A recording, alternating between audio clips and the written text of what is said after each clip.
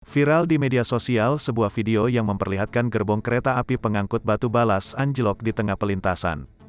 Video itu salah satunya diunggah oleh grup Facebook Komunitas Pecinta Kereta Api Indonesia, KPKAI, pada Senin, tanggal 11 April tahun 2022.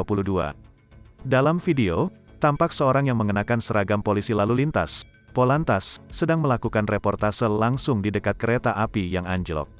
Kepala Humas PT KAI Daerah Operasi 2 Bandung Kuswardoyo mengatakan, kejadian itu terjadi di KM 202+645 emplasemen Stasiun Leles arah Lebak Jero, tepatnya di pelintasan JPL 213, Senin, tanggal 11 April tahun 2022, pukul 14.42 waktu Indonesia Barat.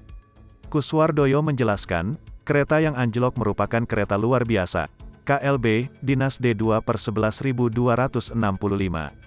KLB ini merupakan rangkaian kereta api yang tidak diperuntukkan bagi penumpang, melainkan merupakan rangkaian yang membawa batu balas sebagai bagian kebutuhan prasarana kereta api.